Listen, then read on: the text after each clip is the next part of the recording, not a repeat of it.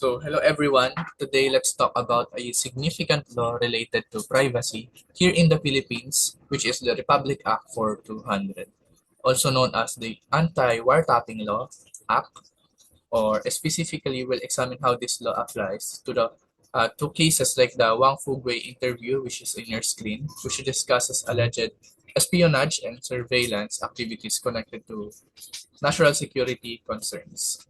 So historically, RA 4200 was passed in 1965 during a time when issues like surveillance and wiretapping were globally sensitive topics. This was the Cold War era, so where intelligence gathering or espionage was widespread as nations tried to protect themselves from external threats. Even in the Philippines, a need arose to balance national security and individual privacy. RA 4200 made it unlawful for anyone to record or intercept private communication without the consent of all parties involved, unless it was authorized by the court for cases involving treason, espionage, rebellion, or other serious crime or high crime that may affect a lot of people. In short, the law protects Filipino citizens' privacy while allowing the government under strict regulation to conduct surveillance in cases where national security is at stake. Ngayon, RA 4200 serves as a reminder of the importance of privacy protection even as the government seeks to safeguard public safety.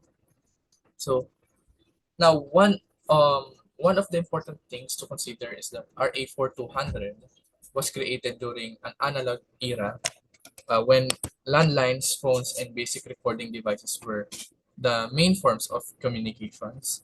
Fast forward to today, smartphones na ang gamit natin, cloud storage, encrypted messaging, and social media dominate the industry and our time.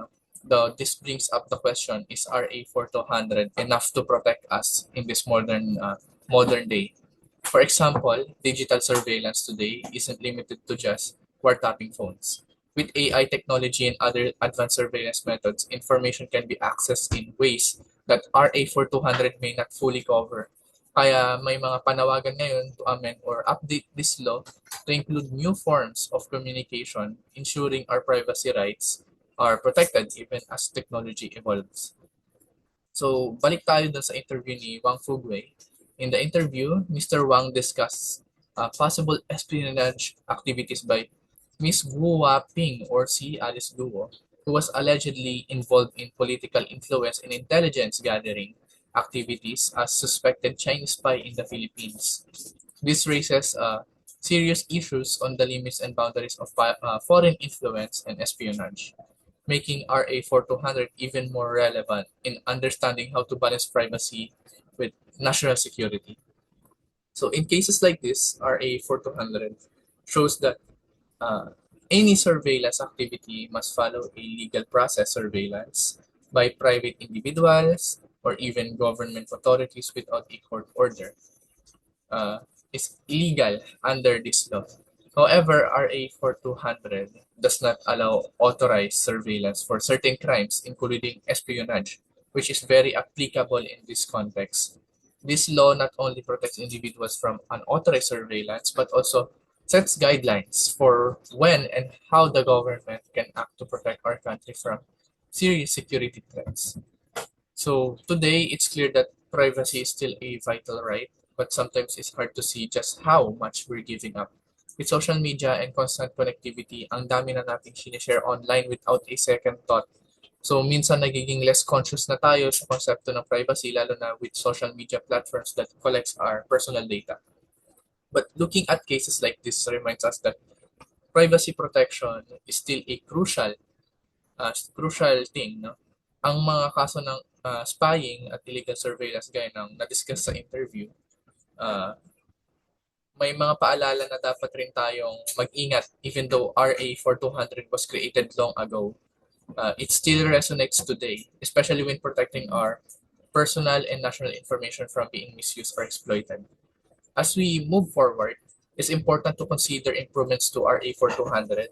The law currently covers only traditional forms of communication, no landlines, radios, but it might be time to expand it to um, include digital forms o yung modern devices natin, modern AI. So for instance, encrypted messaging apps, cloud data storage, and even social media could be added under the law scope, ensuring all Filipinos are protected regardless of how they communicate. So updating RA 4200 would be a significant step to ensure that law keeps up with the technological advancement. Given the rapid development of surveillance and data collection techniques, this kind of amendment can help protect our privacy rights while still allowing the government to safeguard national security effectively. So to wrap up, RA 4200 remains a foundational law that protects our right to privacy. The interview with Wang Fugwei highlights the relevance of surveillance and privacy issues today. We need laws that balance individual privacy and national security, especially in an era where technology has made information more accessible than ever.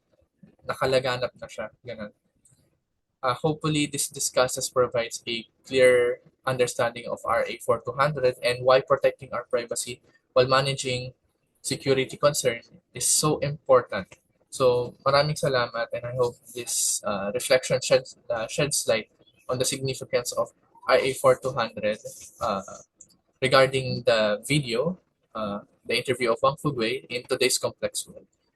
Thank you.